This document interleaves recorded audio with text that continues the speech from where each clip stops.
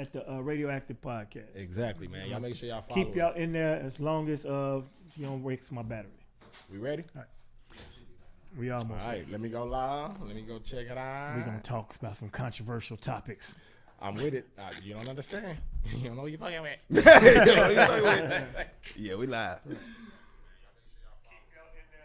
There we go. Turn it down. Let's go. You ready? I'm ready. Y'all man. ready? What What up, up, world? intro in there, QP? What up, world? It's RadioActive Podcast, and it's your host, Ace Boogie. And this is your dude, Bartholomew Jenkins III, Esquire. You Look, dig? so check me out, man. Y'all see who we got in the building, y'all. Quit playing. Sir, please introduce yourself. Damon Williams. How's everybody? Man, Hold good. on, he said that like he ain't shit. Right. Do y'all? Come I know on now. y'all watch comedy. Who do we have in the building Who today? we got in the- Damon Williams. You know, He tryna be humble, pretty y'all. much, yeah, he really trying to be humble because y'all pretty much grew up on this man. If y'all have not seen this dude, do you have eyes? You know what I'm saying? Like literally every time Comic View came on, Comic View on BET, Hey. coming at you 6 nights a week. Get your laugh on. Okay. Get your laugh on. Come on, bro. Yeah, y'all remember that? I go back to the theme before that when it was like an old shotgun. What? Yeah, when What, the 60s? What the fuck is that? no, they used to use the theme from that song. Yeah. It was before the Comic View singing. Damn, that one must be Yeah. old. Then, That's I just remember the that was 94. Yeah. Well, speaking of Comic View, man, how'd you even get on to that in the first place? Well, they used to come around the country. Actually, in Chicago, a young lady by the name of Diane Corder, going on, Diane Corder. She would tape all of us and set up like her own audition. And we on the tape, she submitted the tape, and we got picked. And after that, once I got on, I started doing the same thing. I felt like pay it forward. So that's how a lot of people got on, like D. Ray Davis and Lil Rel and a lot of them cats. They came up under our wing. So yeah, Chicago's got a deep lineage of comedy, man. Like it's a long line. If I really sat here and went down the line, you'd be surprised. I mean, one of the funniest comedians on earth is from Chicago. Yeah. Bernie Mac. Of course. You know what I'm saying? Bernie, Adele, George Wilborn. Adele funny as fuck. You can go. I always thought she was fine. Deion I like Cole. her lips. I always thought she was beautiful. Yeah. I always thought she was fine. Well in the Tic Tac. In fact, me and Adele gonna be together in Atlanta Thanksgiving weekend with TK Kirkland and a bunch of other people. Okay, so why are you here in San Antonio? I'm here for a new black-owned comedy club, man, which is very rare. Look, there's only about 6 or 8 black-owned comedy clubs in the country. So we got to support that. And, I could be at an Improv or a Funny Bone or whatever, but I chose this weekend with my man, Bobby. Bobby. No, Bobby, that's his name. I couldn't Yeah, think of that's my owner, dude, Bobby. Owner Yeah, Bobby. yeah, That's Bobby. why I call him Man, Bobby. shout Yeah, out- now you're like owner DJ Bobby Bobby. owner. Shout Yeah. out Bobby, man. Shout out Bobby. man. What's the address? of Bobby's Club? 441. That's how you know I F with you, Bobby. So I need some free tickets. I need goddamn free food and a goddamn drink voucher. Okay?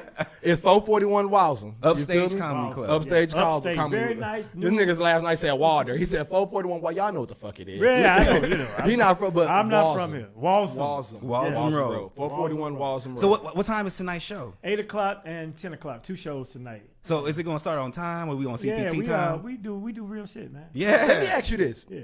All right, we talking like homies. Yeah. Right. It ain't really about to be no questions like, hey, what's 1 + 1? Right. And Thank you, because yeah, that's some bullshit. We just like we on the couch kicking it. Right. Right. Okay, bet. So when you do 2 shows at back to back, is it the same jokes? Like, are you gonna do the same shit? Like, None of my shows are the same, to be honest, but they I'm gonna think on contain that, some too. of the same material.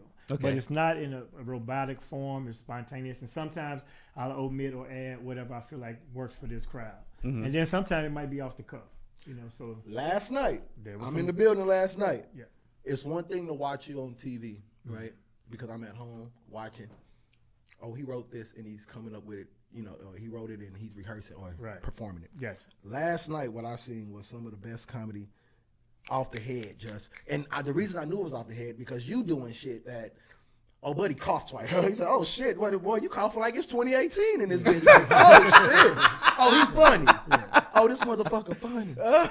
You get what I'm saying? Well, This nigga funny. For me, I can't stand there and just say the same shit. And it's too much going on in the world, too much going on in life. And if you're an observationist, like I consider myself, then you got to speak on it, And so people, it gives you a better experience if you realize that this is something that's coming off the head.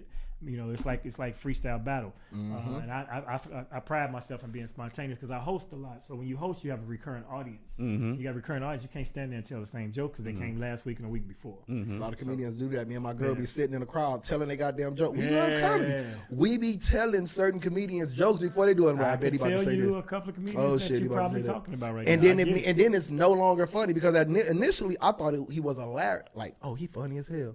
But then you hear that shit. You go to his next comedy show, and then the next you go to 5 comedy. He's saying the same shit. It's like, at this point, I'm just supporting you. Like, I'm just coming to support you. I ain't coming to laugh. You're gonna get that. I mean, if you go see Frankie Beverly, he gonna sing Joy and Pain. So you got to do your hits. You know what I mean? When you're a comic, a lot of times people haven't seen it, or sometimes you might have saw it and you already know he's gonna say it, but you brought somebody with you. You're like, man, he about to do this joke about, man, this right here is funny. Right. But if he don't do it, then you like, oh, man, what up, Avar, man? So it's a balance you got to have between being spontaneous and also having your hits. Last night, you like while we sitting there watching. You couldn't tell me that the whole show wasn't off the head. Now I'm sure that you probably had little things in there but literally like you talking to the crowd, somebody will say some shit. Even he'll ask a question, nobody will say shit. I'm about to ask y'all shit no more. Right. And it's like, damn, you would have thought that was written in the script. You would have thought that they purposely not said anything so he could say that. But it was just that's talent. Like, oh, shit. I mean, how often do you freestyle on stage? Every show you're gonna get something fresh. Like for me, I make myself laugh. You know, or it's something, you know, some goofy shit gonna happen. You know, like in my day, what happens during my day is it usually end up on stage that night. Something happens. Like today, I've been kicking it, so I'm you gonna say something around. about today? Yeah, I'm gonna say about how we went past this place 3 times because we thought it wasn't here. This motherfucker invisible. But the fact, like, okay, peep this, and just me and my girl sitting in the thing at the table, and the white dude. I don't know if you remember the white dude that was there. It was a white dude that was standing at the corner of the thing. He was like, this motherfucker done walk past it 3 times. Yeah. Now, peep this. Prior to you standing, and this how I just know it's off the head, and like, this motherfucker's a genius. My girl is sitting there saying, me and her like, this motherfucker weird. What's wrong with this white boy? This nigga thought the fuck out. Like, and he bow-legged. And I say, maybe he not thought out. Maybe it's the way he walk. Like, maybe we just feeling like because he bow-legged. Yeah, he had one more time to be in my little... He walked past this man again. He spoke on it like... Yeah, it was. This nigga's a genius. How are you? But you got to be aware of your surroundings if you like in the moment. See, a lot of times it depends on if a comic's coming to do the craft or if you coming to get the check. If you come and get the check, you plowing through your set. You just want to get to the end of the joint so you can say, all right, I got that show out the way.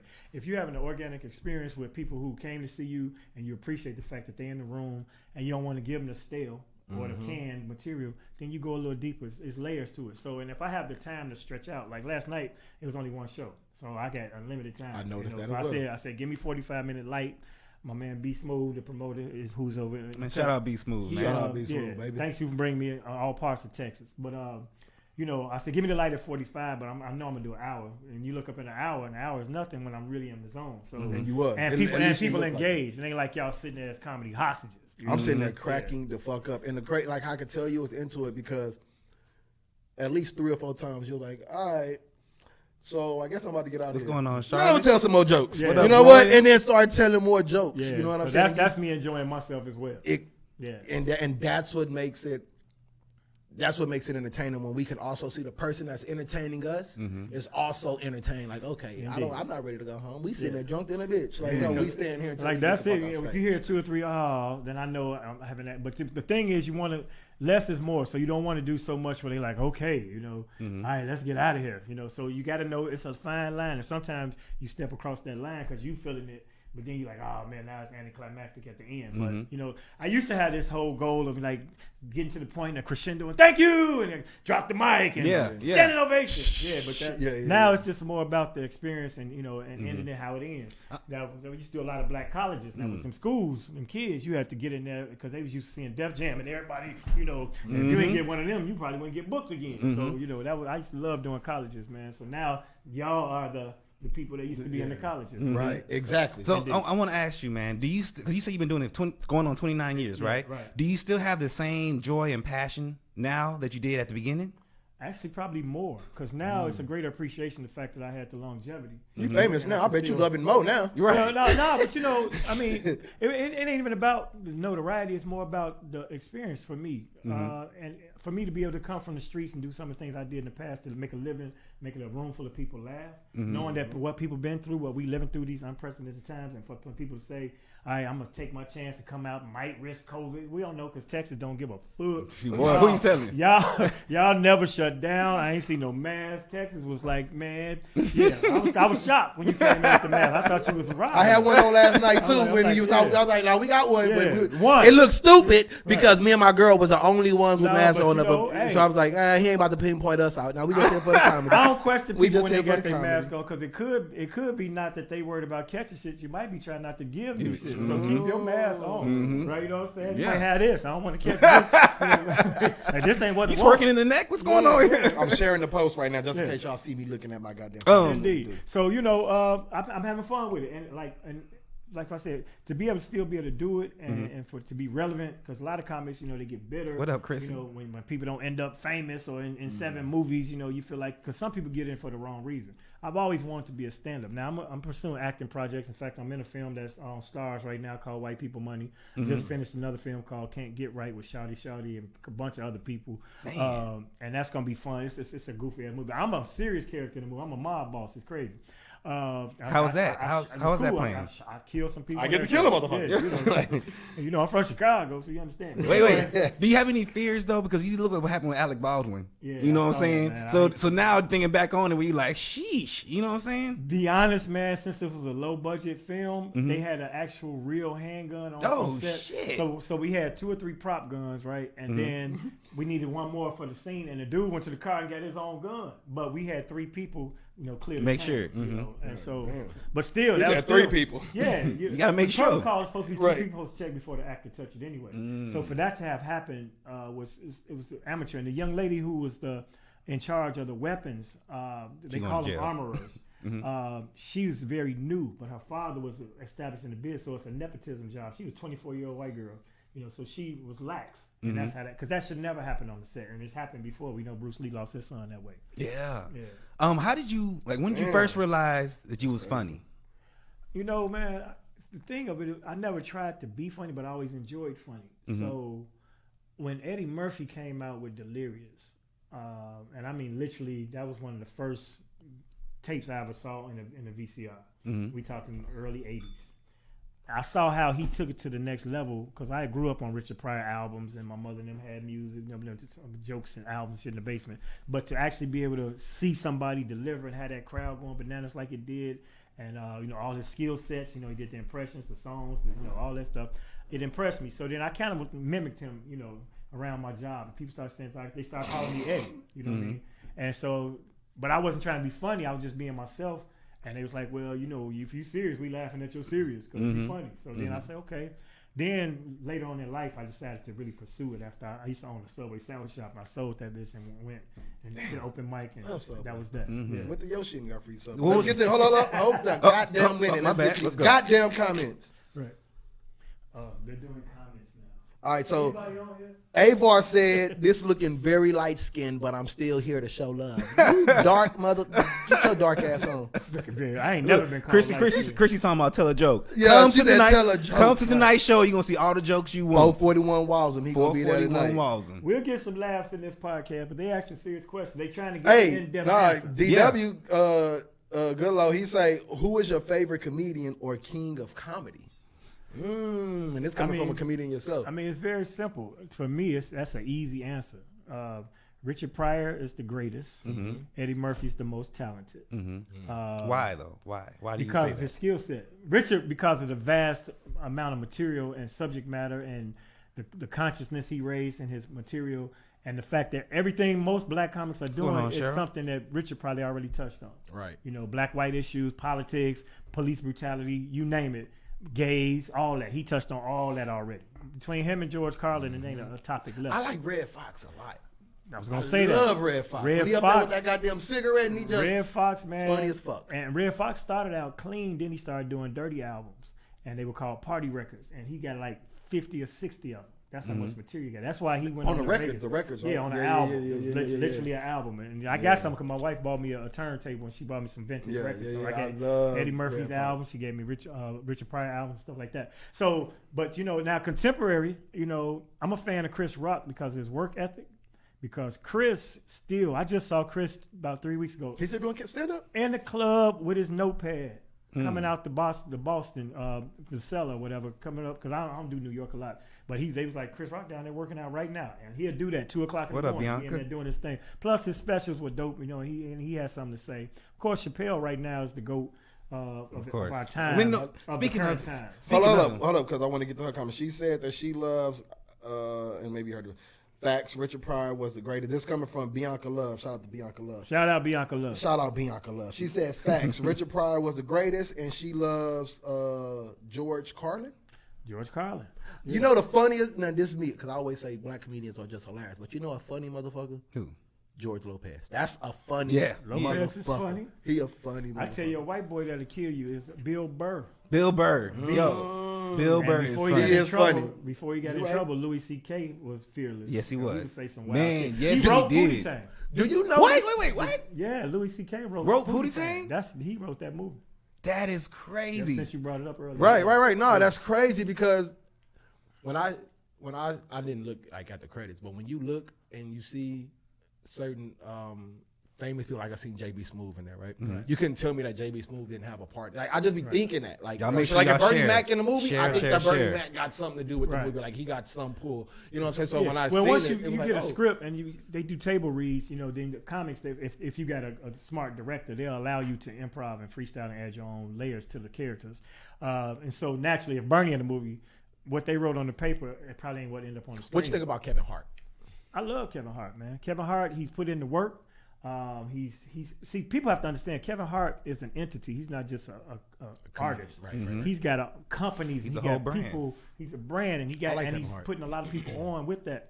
And so when we talk about Chappelle and the cancel culture, I know he was going to go there eventually. Yep. Kevin said something kind of poignant. He said, he of course he got enough money where if they can't cancel him, if they do, he'll be all right. He all right. But he got a lot of people eating off of him. Mm-hmm. So he got brands and radio stations and all that. So if he get canceled, a lot of that gets canceled as well. So that kind of limits him in a way if he's going to be answering to what this so-called cancel culture is. Chappelle, on the other hand, has no corporate masters. He already bucked that system when he walked away from Comedy Central. And now when he knew he had to deal with Netflix, like he said, I ain't going to do another special in a while. Why would he? He done 3 or 4 of them, 24, 25 million each, He can sit down. Plus, you can't tell him what to do. He'll go back to his farm and smoke his weed. Yep. You know what I'm saying? And talk about these trans if he want to. So. Well, I want to ask you, man. Hold up, because people are asking him stuff. Hold on. Okay, go ahead. They say, so Mickey Sweet, Cheryl Meadow say, who going to the show tonight? D Major and I are coming out. So there's 2 right there. Hey, we sold 2 tickets. You know what I'm saying? Sold 2 right now. RadioActive, baby. And we want 83%. We need our 83%. 83 You is feel a me? funny number. And then Mickey Sweet say, how did Damon get connected with Tom Joyner to be a part of his morning show? Yeah, Awesome that's what I'm saying. question. The people fucking with you, Yeah, baby. that's what's up. I appreciate that. That's why we here, because we heard about the cast. We know what y'all doing. Oh, yeah. shit. They heard about us. Yeah, we heard about it. I could be doing something else with my afternoon on the 80-degree day. But he here with us, you know what I'm Here saying? with us. But Tom, that was something it was purposeful. I pursued that because Tom really blew up in Chicago and he connected to Dallas, so he was going back and forth. But first thing I wanted to do was be on his Sky Show. Tom did these live broadcasts, morning radio show, but he did it live in a theater. And people line up 4 a.m, come in, and he do the whole show in a theater. Damn, at 4 a.m? The show started at 5. So they In the had morning? 5. Oh, you got to it be was a hella morning show. successful. A motherfucker gonna come at 5. Like, Man, I'm saying, come right. to your shit. Yeah, bro. exactly. And he had the top artists in R&B and all that. So I was going to the Sky Show, but I wasn't on it. So then one time I did a play with Thea Vidal and Howard Hewitt. Howard Hewitt from Shalimar, Thea Vidal from the show Thea. She was Brandy's mother in the show and all that. Anyway, I'm just giving the youngins some little history behind stuff. So we did this play, and it went to Atlanta, and Tom's executive producer came and saw the play. And she knew all of them, but she didn't know me. So she's like, but I was the star of the play. I was the lead. And I played a comedian in the play. So she said, this guy, he gonna be on to something, blah, blah, blah. So but Tom already knew me. But because I worked radio in Chicago, but I couldn't get on this thing. So I finally got booked for a Sky Show, and I ripped it, tore it apart. And then I got on the more Sky Show. Then I did the cruise. after the cruise, I ended up doing the actual radio show. And now me and Tom still. I just saw Tom in Vegas last week when the Bears played. We all hung out. He still invited me over to the house. And all that stuff. Tom is doing a lot of the stuff that you've been doing. We could see that talent got him there. Because I've been seeing a lot of people that got that be in sitcoms or people that do morning shows and things like that. And I don't see it in them. I'm like, you must have knew someone, right? Well, the plug. You get what I'm saying? Too. Yeah. No, that's a hell of important. But I say that to say, just seeing you live and literally growing up off of you, it's like before we even knew that you were gonna come here, I watched you. You get what I'm saying? So it's like that's true talent. Like I didn't.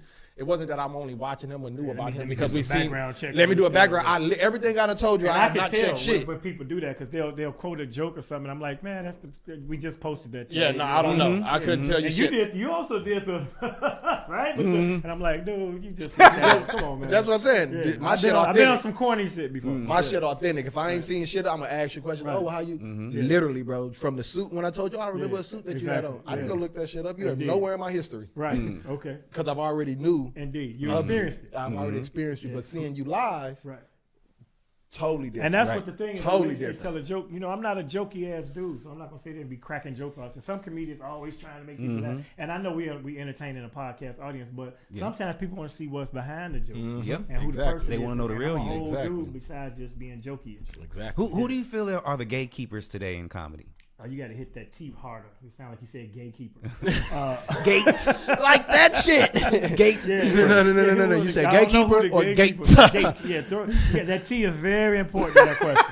That nigga said last night. That nigga said somebody, them P's and them J's coming off real. What was they talking about? I was talking about my son. They protested. Oh, protesting. No P's. He said, you right on my neck. Them J's and them P's. No justice. No peace. He's like, you right on my neck, nigga. No mask. But that happened. Yeah. So, for instance, right now, the standard bearers, Kevin Hart is the entity. But, the headliners who are running the game right now are Cat Williams. Is he back on tour? Yes, he is. Hilarious. I think he was just in I never want to slight anybody when people ask you your favorite, because there's so many people. There's people that y'all probably know or not. Like Tony Roberts is a beast. I always say Tony Roberts is one of my favorite comedians. This Deion Cole is brilliant. You know what I mean? Deion Cole, I like when he pulled out that note. He be doing that. That's how I know. He done did a show with you on Comedy View when he pulled out the pad. That's my brother, man. Yeah, indeed. Our birthday the same day we kick it. No, that didn't work. I believe you was on one of them shows too, right? Oh yeah, for sure. Deion, my man. But the standard bearer, and Deion is coming up in the ranks to be one of the people that's about to be selling concerts around the country. Martin Lawrence back on the set with his latest the lit as fuck. Really? Tour. Yeah, Martin been touring since last year before COVID, and I'm talking about in arenas. Why do they go like PG and then? Do you think it's hard to go PG and then come back? Well, when you say PG, you mean like in film and stuff? Yeah, like Eddie did the same thing. Martin did the same thing. They kind of went PG. Well, and then they comedy stars reflecting that. Yeah. Well, Eddie's thing was he had kids, and he wanted to have films that his kids could watch. And then he had the scandal. So he had transgender scandal. Yeah, he had I'm not saying that contributed to it, but he really said he wanted to do films that his kids can watch. But if you see him in interviews now, Eddie back. Eddie when he was pubbing the Coming to America sequel, he was funny on all his little interviews and such. And I'm like, I honor that brother, man. I still ain't met him. I've been in the building at Arsenio when he was on the show, but I was backstage. Then they cleared everybody out. Eddie coming, everybody. I'm like, oh. How does that happen though? Like if you because I be hearing people be like, yeah, like hypothetically Spike Lee, right? Like, oh yeah, I've been in the game 50 years, or however years, and then someone else that's been in the game 40 years, and it's like, how did y'all not cross paths? Like I'm sure that you've been at the BET Awards and he at the BET Awards or whatever. You've been on the red carpet. Eddie's like one of the only few people I haven't met, and because he used to be kind of reclusive, but he would be at the Laugh Factory in LA. But I don't go to LA a lot because I'm a road comic. I went out there trying to chase Hollywood at the time, but the man is fucking brilliant. I know what that. Motherfucker taking notes. You see everything you say, this nigga take right now like psychiatrist or some shit. Yeah, because I forget. Because but to come back to the gatekeepers, Mike Epps is on that stage killing it. Samore is a beast. People underestimate Samore. She has her own tour every year. I used to get horny off Samore when I watch her, like Queens of Comedy, because she used to just say the most raunchiest shit. And when you were a kid, It's like, damn, she Going through said puberty. that. Anything. He Say it said again. that. Yeah. Oh my God. More still sexy. Yeah. Yeah. Some See how more, he some get more. it. She Yeah. fine. She Come out there with get that ass and them Yeah. big ass titties with Boy. that little, with that fade or whatever the fuck, the little flow. Boy. You ain't You nigga. ain't never Blind lied. as hell on Queens of Yeah, Comedy. and she took me out on her the Royal Comedy Tour. Then she did a special. We actually did a special that only aired once on BET. It was called All the Queen's Men with some more myself, Tony Schofield, D.S. Sanders, and Toure. Toure travels with her all the time. Toure out of Philly. Shouts out. Shout out to Ray. But Not one Ray. you know, two Ray. yeah, exactly. How about that? And he got twin daughters. Oh, shit. And I think they are 2 and Ray, but I'm just making that up. Anyway, I was like, damn, that's live. All right. but No. no, here we go with that bullshit. All right, stop the Oh podcast. shit! Stop the podcast. That Rona shit. That was 2018. That nigga coughing like it's 2016 at this point. But yeah, man. So it's so many talented people, and then it's a whole new wave of comics that's coming up with that have come through social media, but are doing it like that. And I really like the respect for the game that DC Young Fly has. Yes. Because he got the numbers from social media and he started probably on Vine or something Yep. like that. Yeah. Right? And but now he pays homage to all the OGs. Like if you work with him, he'd be like, man, OG, whatever you want to do, blah blah blah, as far as order the show, because he might be the bigger draw on the show, but he might not have the chops or the experience time wise. Or the pull. No, don't let It's me who miss you know. the He got the pull. word. No, he got the pull. I'm talking about Yeah, ain't but been the rank, there long the enough. rank, Exactly, yeah, ain't the been rank. there long and enough. he'll defer like, no, ain't no way. I ain't supposed to go in front of you. I mean, after you. Let me ask you this then, because this is what I've been seeing D-Ray a lot Davis, of. shouts out D-Ray. Oh, funny as fuck. My man. Oh, you know what? What's the other dude named Big? Corey Corey Holcomb. Holcomb. He's Boy. from all That's what I'm saying. Chicago. He Yeah. funny as fuck. That's what I'm saying. Yeah. Chicago don't Yeah. produce funny motherfuckers. Do you notice? And shout out to Kevin Hart. Shout out to all the comedians. Yeah. I'll be watching like the chocolate Sundays. Yeah. I don't know if you. I'll be watching. I just that shit. did it 2 weeks ago. Yeah. If I go to your shit, I bet I seen it. I guarantee. If I show you the shit, you're like, damn, this dude is not lying. Exactly. Now I ask this though, a lot of the new comedians to me, because I watch a lot of comedy. Okay. A lot of comedians, I'm not funny, but it's like when you watch sitcoms, you know what sitcoms consist of. Right. To me, a lot of the new comedians that's coming up, they have Kevin Hart's mannerisms. Am I tripping? That happens. Am I tripping? That's just like, Like, a no, lot never of mind. What dudes- did they like? They a have lot his of dudes mannerisms. have Drake's flow in hip hop. You know, there's a lot of cats that come out and sound like Drake a little bit. I mean, Big Sean, a couple times I thought he was Drake, and I ain't even say hating on him in particular. Sean, nice. He dope, but I've heard songs where I'm like, oh, I thought that was Drake. You know, so whoever's the number one guy is going to create people. Like I said, inadvertently, I was mimicking Eddie Murphy before I was even doing stand up, but I'm not in my stand up style. Yeah, I was like, I didn't see that. I seen you. So you know that happens, and then now this is a microwave society, man. So whatever's winning, people trying to do. You know? How did you find yourself? Because you said you started off kind of like Eddie Murphy, but how did you find yourself? You get your voice through experience, man, and time. That's the only way that's gonna happen. You know, comedy. It's a DVD called Comedian, but that Seinfeld put out. But it's a bunch of comics on, and they sitting around talking about it, and they'll tell you this game is like real life. If you've been doing it 5 years, you're an infant. You're doing it 10 years, you're an adolescent. You know, so it takes about 15 years to find your voice. You know, if you really want to be You're a serious grown comic man in about this the craft. motherfucker. Right. You know what I mean? So at that point, you ain't doing it to impress. You're doing it as yourself. Okay. In most cases. And when you do it like that, it just come out so. Yeah, you know, I'm being me. I'm just being me with something I prepared. Because it literally didn't seem like you wrote any of that shit last night. But Now, I'm sure you did. That's talent, though. That's the But it mastery of was- performance, though. It was like you couldn't tell me that the crowd, everybody else, even the motherfucker that you're talking about walking and things, you couldn't tell me that they wasn't part of the show, which they wasn't, Right. because I seen that they wasn't. Exactly. Like, this motherfucker is not, because we talking about the same white boy he talking about. You would have thought he was at the table with us and was like, bro, this crazy ass white boy. And then for you to sit there and speak on this, like, this motherfucker. He But that's what read you, my mind. That's what you want to do. Right. You know, you want. I mean, if you're experiencing it together, then people get it. It's like doing magic. You know what I'm saying? You know, you seeing the trick. You know, in a way, I could have faked that. Right, but I don't think that people understand, because I didn't understand. Okay. How much talent that takes. Again, when you see it on TV, it just looked like when you watching a movie. Right. This is a better way to put it. When you watching a movie and you just watching it any given Sunday, whatever the fuck you watch. Right. Okay, it's a movie. But to go on stage and they do it as a play and they run through that bitch. Right. That's time like, damn, no cut, no nothing. Yeah, exactly. You get That's what what I'm stand-up saying? is. It's Ain't a no whole. do-overs. Ain't no do-overs. It's a whole nother when you And get to that- see it happen. You got to have a level of confidence to do that, though. See, some cats they get secure in that material. Like you get that 1 hour solid. And actually, if you have an hour worth of stand up and you're a traveling comedian, you could work that hour for 10 years because you ain't gonna see the same people. You know, the audience change, the jokes don't have to. Now, you'll be a robot at the end of that 10 years if you just doing it. I know some comics that are still doing their same sets from Def Jam when Martin was hosting. They still pull out some of them jokes.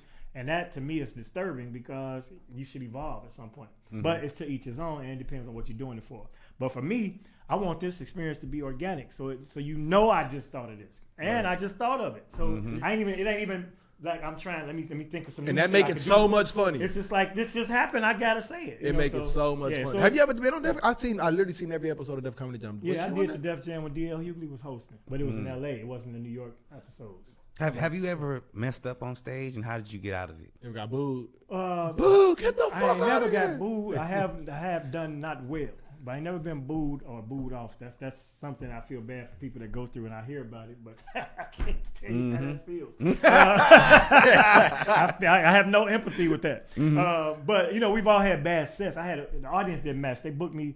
I was opening for Aretha Franklin and House of Blues. But it was all these corporate like doctors, and they were like Middle Eastern type cats, and they were tourists. And I'm thinking I'm gonna come in and read the Frank. I think it's gonna be my mama and her friends. That's what my materials prepared for. And they were looking at me like paint was drying. I'm like, okay. So I just started talking about my family. See, once you talk about something everybody can relate to, then you can get them. But at first I was trying to do my material like, back in the day with Aretha Franklin, you could tell what the night was gonna be like if mama was mad or not, if about what song she was playing. And these Pakistani motherfuckers like, no, mom never played the so What you say last night? He said his motherfucker. I think it was Patti LaBelle. This nigga say these songs these days. Wet ass pussy. Got some wet ass. He said, can you imagine if Gladys Knight came out and was like, wet ass pussy? No, that joke, I have a lot of fun with that joke because That's what's hilarious. Because it catch people so off guard, because you ain't expected that out of Gladys Knight's mouth. But there's more to it afterwards. So I love that joke. I'm glad I did it because I wasn't gonna do it because I think the comic before me kind of mentioned the song, but I was just up there so long I just pulled it out. I didn't even hear the Look, didn't nobody pay attention to nobody else but you. Yeah, because I didn't even reason why remember they were him there. saying anything. Yeah. When you did that, what? Well, go because it's like you painting a picture. Yeah. And I think that's important as well. If you're gonna use words, we can't see what you're talking about. So paint as well as the picture as you can. I mean, you painted that. Like yeah, I literally picture Gladys Knight coming out with the pimps behind her, and she's like, "What ass pussy?" And then the pimps like, "Pussy." What? Like The funny thing you mentioned, that's the first time when I did that joke that I actually thought of the Pips being a part of it. So for you to bring that up again, that part when I like the Pips be behind it, woo woo, I never did that before ever. So it was one of them nights where the crowd was encouraging me. But it's a matter of confidence and comfortability. Once you get comfortable, you already know you're funny. Now, venture out. I tell comedians this all the time. You know you're funny. You got your material. And a layer to it. You've done this joke. Say something else different about this joke. And sometimes the audience will write the joke for you. I had a joke back in the day, man. I did this joke about conjoined twins. And I was telling a story about conjoined twins. And my take on it was, they were stuck together and, they died a few years ago. And I was telling the people just the backstory. But right in the middle of the backstory, as I'm setting up the punchline, the dude said, well, when they die, do they die at the same time? Ooh. I was about to ask Right. that shit. I swear to God, I was about to say that too. And I said, well, I hope so. Otherwise, that's going to be an awkward funeral. Well, yeah. One of them greeting people, the other one in the casket. They both body casket Right, though. you know what I'm saying? Yeah, they're like she greet people like, yeah, come on in. He out the ground, he in the ground. Yeah. Come on in. All that came from the person saying that from the audience, and it changed the whole trajectory of the joke. So, and I like to act the jokes out. I don't want to just stand there. Some comics, like Chappelle, is a standstill comic. He's a stand-up. I'm more animated, more physical, and I think that adds a layer to it. In fact, I started getting too comfortable at one point, and because I can do that Bill Cosby. I can sit on the stool and make people laugh for an hour. But my wife was like, "What are you doing? That ain't you. That ain't your character. You move around." And my wife, your mate always help you out with situations. So she's like, "Yeah, you need to, it's funny, but I like you when you do you." I'm like, "Wow." So I got back into my animation. Let me ask you this: being a comedian, because people tell me I got a sense of humor. You funny. They be like, "Hey, bro, you I funny." already got it. Yeah. Right. So let me ask you this: does your wife still think you funny? My girl, people be dying, and I don't try to be funny. I don't want to be a comedian, none of that. I'm not. Indeed. I'm just speaking, and I guess it comes out humorous, right? But As I said, just as funny as I am, I'm laughing that at your much serious as well, laughing too. at your seriousness. Yeah. But my girl, she'd be sitting there, and I don't know if it's because girls be like, that wasn't that funny. And she'd be like, I heard that joke before. What joke? I don't even tell jokes. The person closest to you is your worst, son don't think shit. Your worst critic a lot of times. You know, and so I don't even be trying to make my wife laugh. In fact, she enjoys the fact when we're around other people because she's like, he's quiet at home. You know, but at home, I'm thinking about, you know, this roof leaking. I got this furnace over here. You being a man at home. You know what I'm saying? And I'm chilling. I'm trying not to be on. I'm not that type of dude where I'm trying to be jokey all the time. Right. But you want to keep a certain amount of humor in every relationship. So of course but she funny than me though. My wife naturally funny, like can do impressions, all types of stuff, but she don't want to do it in front of people. Is that how she got you? No. Nah. Wait, it was that ass. That's a whole nother thing. No, that's a whole. That's how she kept me though. Yeah. I be telling, and I tell men, we can get on some real shit. I be telling people that because they think fat ass titties, fat ass. I'm like, okay, but that's like having filet mignon every goddamn day. I love it. Okay, now you got the filet mignon. Appreciate it. Right. What else? What's the side? What's the what else you got? Like you can eat the same meat every day, but you need different sides. Motherfucker don't want to eat goddamn. Right. Was it you last night to say, oh no, you can't eat no, what you say? Greens and hot dogs. Yeah, the niggas like, y'all be eating weird peanut shit. Butter, jelly, That and niggas rice. like peanut butter and jelly and rice. It's like eating a hot dog and collard greens. Yeah, exactly. He's like, you can't even set this motherfucker on no plate. Yeah, I'll tell it much better tonight. Yeah. I'm sure he will, but you right. you have to be there to experience it. I'm gonna fuck it up. Right. But to watch you in action and to do it is totally, and I can't stress this enough, it is literally so different than watching you on television because I'm seeing literally now when I watch, like, I'm going to go back and watch your other shit and be like, bro, he was probably freestyling right there. Yeah. It was probably a motherfucker when he said this. It was probably a motherfucker that made him say that or some shit like that. I'm telling You know what I'm saying? And so that's why what I've been doing lately, because like most of the time we don't post our material because you don't want people to see it before you come to town. Because people will research you if they ain't really familiar with you. They're like, who is this dude? And they'll go look at all your YouTubes and then go, I went to see dude, he did old jokes. Yeah, because you went and looked at him first. Dumb. You know, don't do that if you go. I never heard none of this. Well, maybe I wasn't. But I got new shit. That shit was. But I've been posting the moments, like stuff that ain't gonna happen again, or unless I recreate it. So you'll see a lot of that, especially on my TikTok. I just started TikTok, and it's not. I got you on my story right now from last night. Okay, so that's what's up. So you know those moments I'll be posting the spontaneous moments because, like I say, we all got our hits, and you got to do the hits because you got to get through the hour. And the hits are funny. You know, you don't want nobody to not hear some of the stuff. Some jokes I just want to tell because I know y'all gonna laugh, and I would be depriving you of my performance if I don't do this particular joke. So those jokes stick. Now I got jokes like that are classics that I just stopped doing because I'm tired of doing them. But people are like, man, I don't want to see the skate joke. I got this joke about a disabled group of people on a field trip at a skate rink. And Ricky Smiley won't let this joke die. He keep bringing it up on his show, you know. But I don't do it for one because it scuff up my shoes. But secondly, and that's important, you know, if I do it 60 times a year, that's 60 pairs of shoes. I'm not fucking up my goddamn shoes. But also the sensibility of the climate has changed. You know, so many topics that people want to hashtag you about. So now, you know, the disabled people, you can't do those jokes no more. You can't say the word, the R word. You can't. It's just crazy. Like, it's crazy. Cancel culture itself. That actually goes into one of my questions. What are some things that you stay away from as a comedian?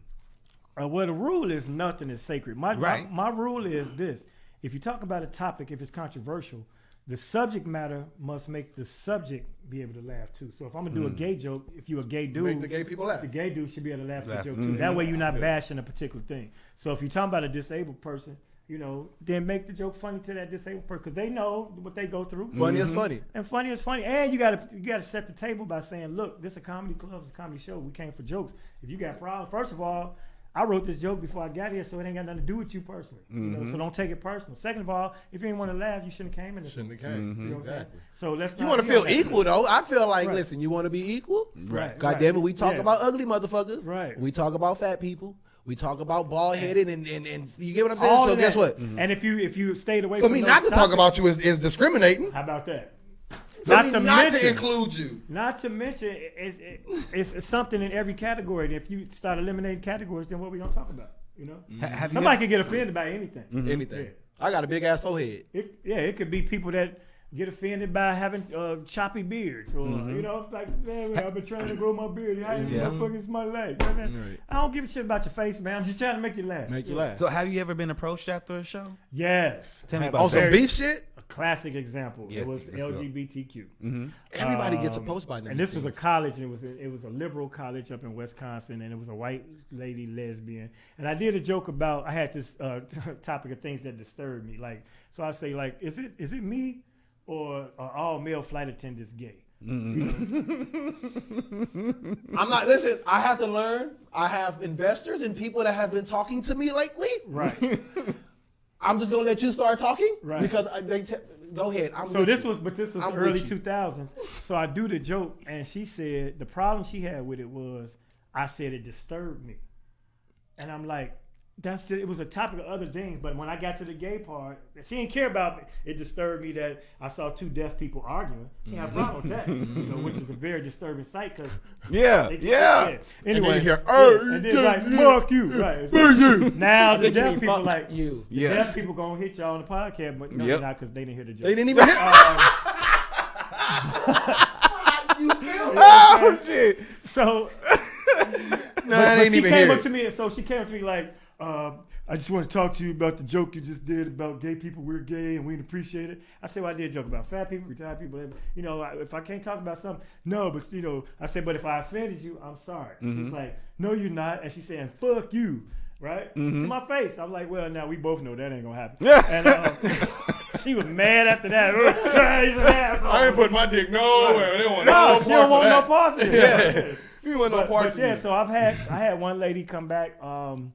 I did this joke about deaf people, to be honest, and she was like, well, I have a deaf daughter at home, and you know, and my daughter is with me, she loves you, and for you to talk about it, and her sister is deaf, she was devastated. I'm like, she wasn't a real fan. I did 90 minutes, and I did a 2-minute deaf and this is what you got out of it, right? And now you want to be in tears about it. Now you devastated. And it's usually white people, let's be honest. Who did you fanboy over? Like, you met them, you were like, man, I always wanted to meet you. Yeah, who was that? Richard Pryor? I was in the room with Richard for the Kings of Comedy because he came to the premiere. So I got a chance to shake his hand, but he was, debilitated at that time. So it wasn't like it was Richard. I mean, I'm always impressed when I meet people and they already know me. You know what I mean? Like, I might go up to somebody, like Big Daddy Kane. Let's do that for an instant. Going to cruise, I go to, introduce myself. Man, you funny, blah, blah, Did you see blah, the battle? Blah. Yeah, that's all right. Yeah, he did his thing. That's my man. He moved like a motherfucker. Yeah, exactly. He wasn't playing. He came with some freestyles on some verses. He was ready to do that, but he said they were supposed to do 3 or 4, but they cut it, whatever. But I mean, it's been a lot of people that like Barack Obama. You met Obama? Well, I'm from Chicago, so he was a community organizer. Oh, so did you meet him as president? Nah, but I know him as president. I met him when he was running for Senate. But he was happy to see me. If you look at the picture, it's on my page. He cheesing. He's like, yeah, I met dude. So that always inspires me. But I'm always happy to meet anybody, man, that I admire their work. So I can't give you one great example right now. Like if I met Michael Jackson, I would have lost it. Right. Mike was. I felt away about Rakim. If anybody if and when I ever meet Rakim, the God, MC, indeed, I'm probably gonna spontaneously combust. I'm just being honest. Like, I'm probably gonna implode, then explode, then implode, then explode. Yeah, Rod, he that dude. I'm looking for him. They saying trying to put him on the verses, but who would Rakim battle? You would have to listen. Who? Nas. That's 2 different eras. It ain't got to be the same era. Repeat this. You would have to go. Fuck that.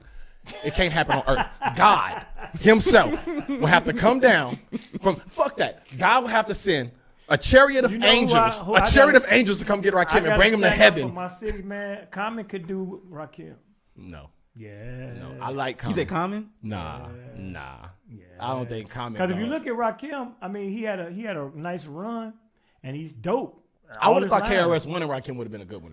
That's the same era. That would have been good. I would have thought it would have been. But it's versus. So, everybody got their opinion of who they would like to do what with, you know what I'm saying? Rakim is just that. Rakim is like anything. But who comes from his era that you would put that in besides KRS? That exactly. Right. You get what I'm saying? So KRS and actually Kane was 2 different. That was 2 different. I thought so as well. I thought it was totally, I'm trying to think, but who would you put against Kane if you know what I'm saying, from that era? If you're going to stay with MC. era. Oh, MC Shan, I guess. Nah. Oh, that would have been a good one for KRS-One. Because remember, they had that beat. He don't. Shan ain't got enough bullets. He ain't got enough work at all. Yeah. At all. So that whole premise. The bridge is over.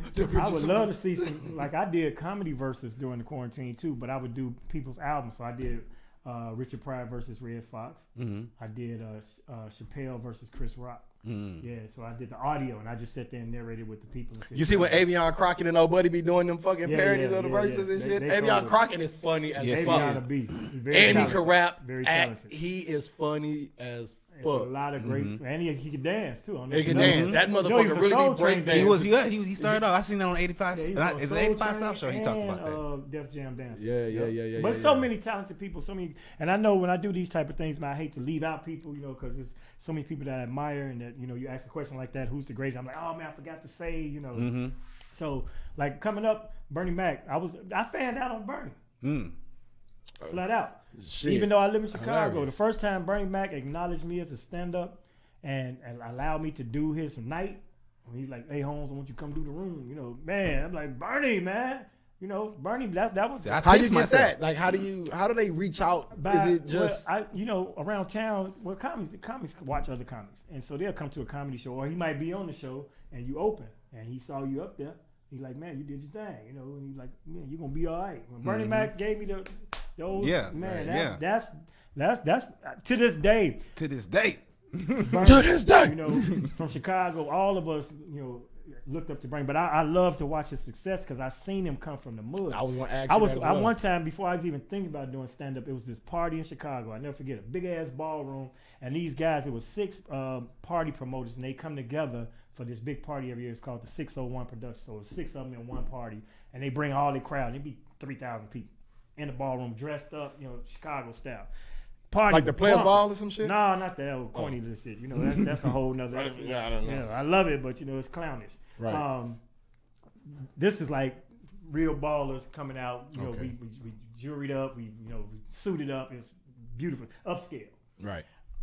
Bernie they booked Bernie to perform at the party. Now the party, in the middle of the party, bumping, and they stopped the music. Like before we go any further, we got a special guest, and this before Bernie was Bernie. And they put him up there, and nobody didn't want to hear this shit. We like, man, nobody want to do a fucking comedian. This before Def Jam, all that. So he was up there struggling, but he stayed Bernie up. Mac was struggling? Bernie was struggling because nobody wasn't listening. If your audience ain't listening, ain't like music. You can sing by yourself. But if your audience is even if it's me and you just talking and you just talking times 1,000, then there's rumble in the room. Right. Ain't nobody focused. Nobody ain't looking. But I'm watching this dude, and I ain't even thinking about doing comedy. And I'm watching, and he just steady telling this shit. And eventually, he had this group of people by the stage watching. Then he had more people. Before you know it, the room was silent. They was watching, and he conquered that shit. But he could have gave up and said, y'all ain't listening to me. Fuck this, peace out.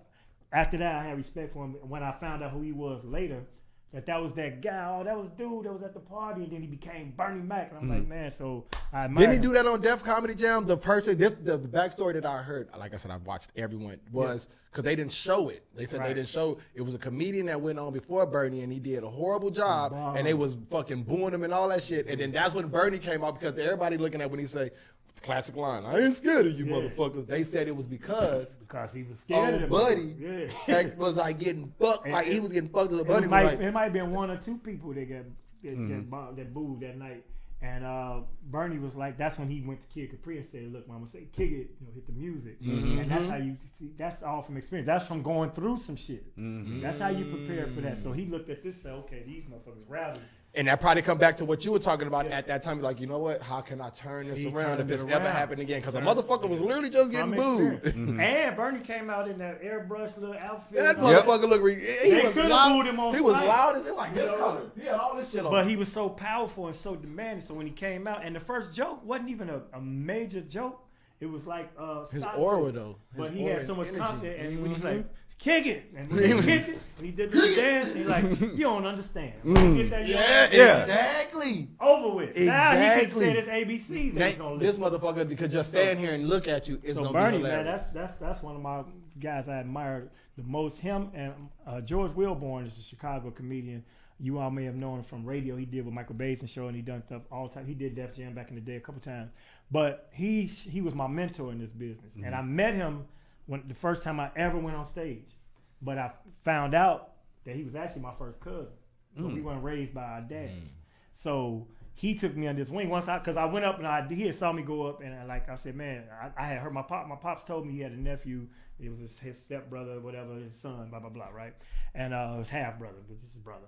But I never met him. I didn't meet him growing up. So I was like he said, you're a comedian. I'm like, that's cool. So when I heard dudes say Wilborn, it's a very distinctive name. That's my real last name, Wilborn by blood. But shit, it's close enough. Williams Wilborn. Yeah, but it's different because it sounds a lot less than like Wayne's, and that was. I swear to God, I was gonna ask you. Right. You look a lot like a motherfucker could be like, oh, that's Damon, little brother. Yeah, but that's baby Damon, or big Damon, whatever. Or the other Damon. The other Damon, because like, people not related by first name. I'm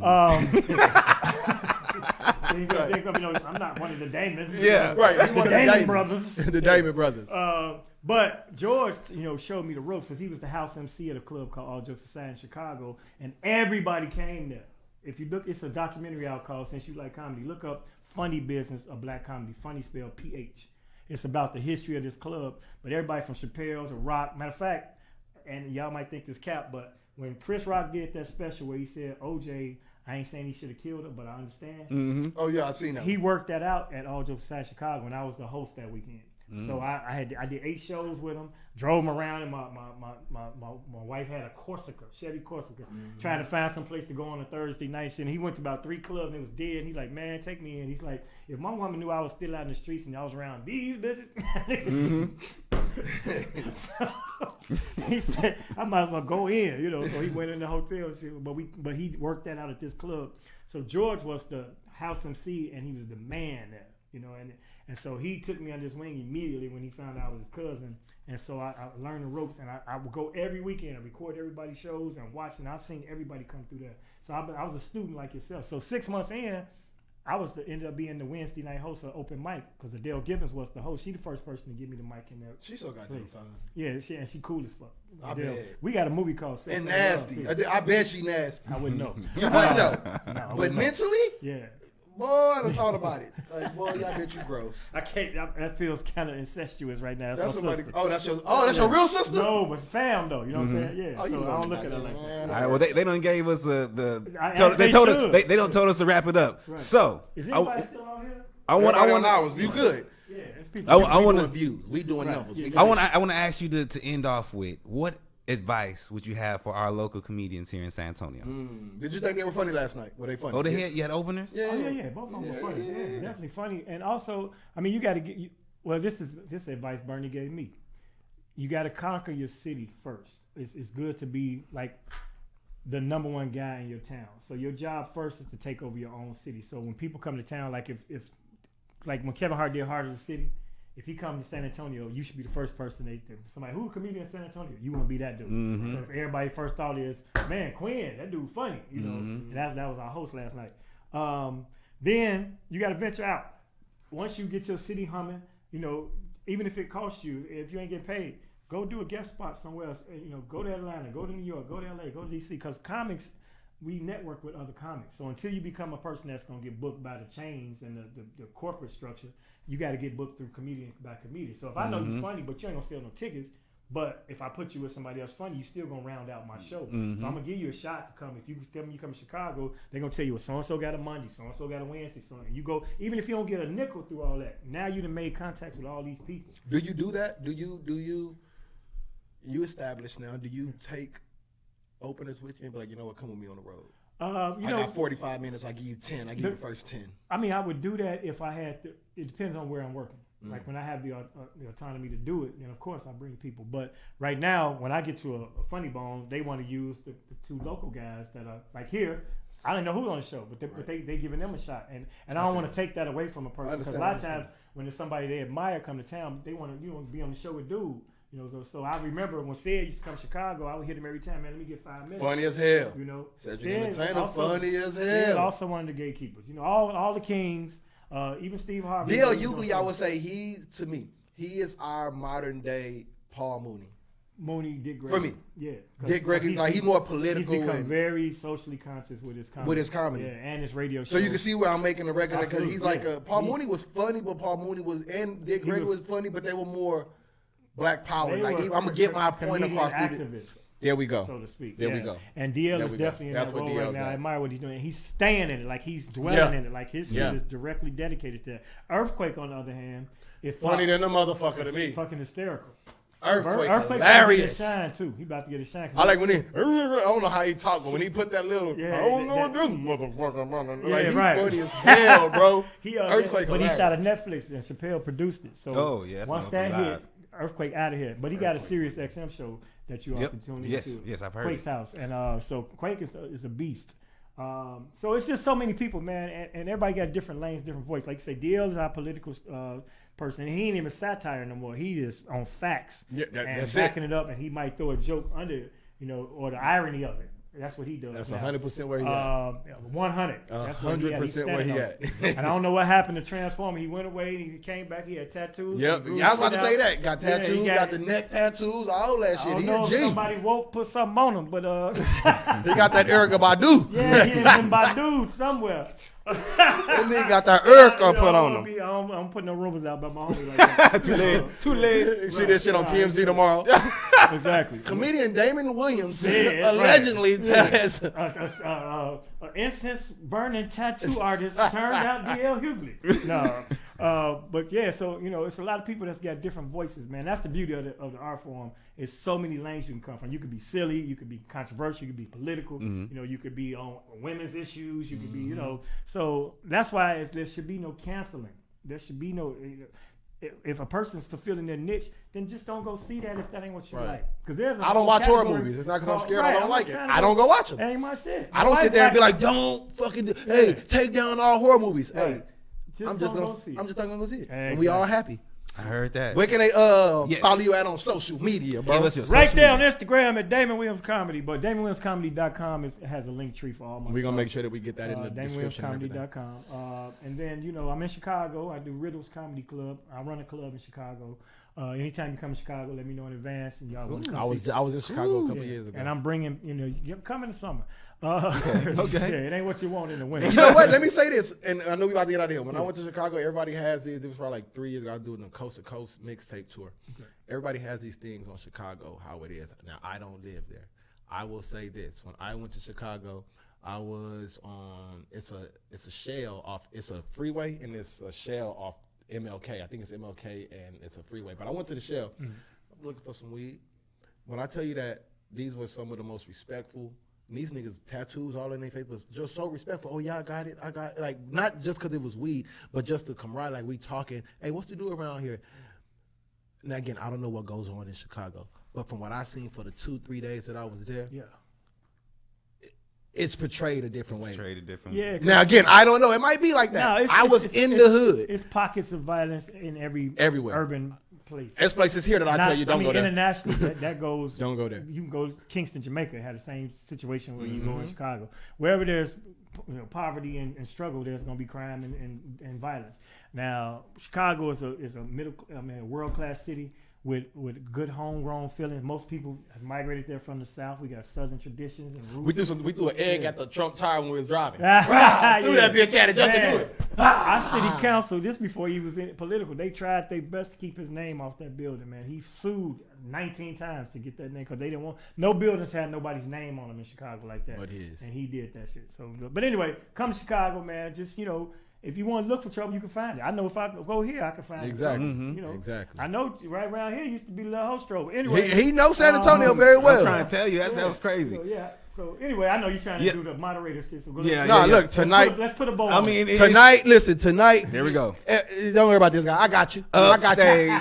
Upstage Comedy Lounge. Shout out to my dude Bobby, 441 Walsham Road. You know what I'm saying? Come check out my dude Damon Williams. You know what I'm saying? He funny as fuck. Like literally funny. It's not. Most people you've seen on TV are way different once you see them live, and plus that shit might be old. You actually come off the same way that when I see you on Comic View, you actually, this is literally the person real that I you see on Comic View. Yeah. So that's what's up. 441 Walsham Road tonight. You know what I'm saying? Upstage Comedy Lounge.